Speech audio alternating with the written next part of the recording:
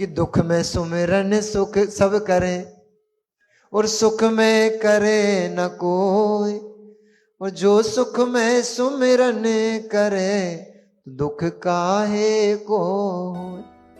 अरे मित्र, सुख का समय है, आनंद का समय है, इस समय पुण्य कमा लो, इस समय पुण्य कमा लो तो दुख आएगा ही क्यों।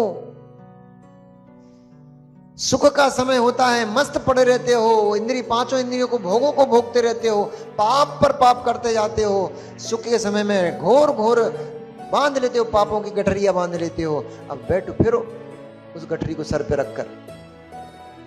सुख के समय में भगवान को सुमरन कर लो, सुख के समय में धर्म कर्म कर लो तो दुख क्यों आएगा, दुख आएगा ही नहीं। दुख पाप कर्म के उदय से आता है। आपने सुख के समय को संभाल लिया, सुख के समय को संभाल लिया, पुण्य के समय को पुण्यानुबंधी पुण्य कर लिया, अब दुख कहां से आएगा, आ ही नहीं सकता है, रास्ता ही नहीं उसके पास। हम सुख के समय में पाप कर लेते हैं, सुख के समय में सब भूल जाते हैं, धर्म भूल जाते हैं, कर्म भूल जाते हैं, क्रिया सब भूल गए। उस समय में पाप ही पाप कर डाले, पाप ही पाप कर डाले।